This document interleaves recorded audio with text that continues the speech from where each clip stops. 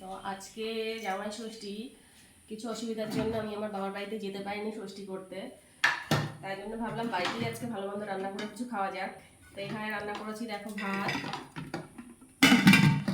আর এখানে আছে এটা হলো ভেজ ডাল করেছি। আর তার সঙ্গে এখানে আলু ভাজা, আলুটাকে বেসন দিয়ে পেঁয়াজ দিয়ে ভাজা করেছি আলু।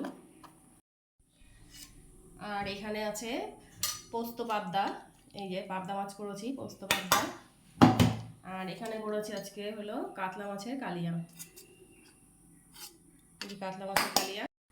আর সকালে খাওয়ার জন্য করেছিলাম এখানে ডিমের কালিয়া। এখানে আছে সোয়াবিনের তরকারি আর বরবটি আলু ভাজা, আছে টমেটোর চাটনি। তা আমার মেয়ের খাওয়া হয়ে গেছে, এবার আমরা খেতে বসবো।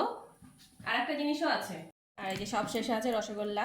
তার জামাই ষষ্ঠীর খাওয়া দাওয়াটা আমরা আমাদের নিজেদের বাড়িতেই করব, এবার আর গেলাম না ষষ্ঠীতে।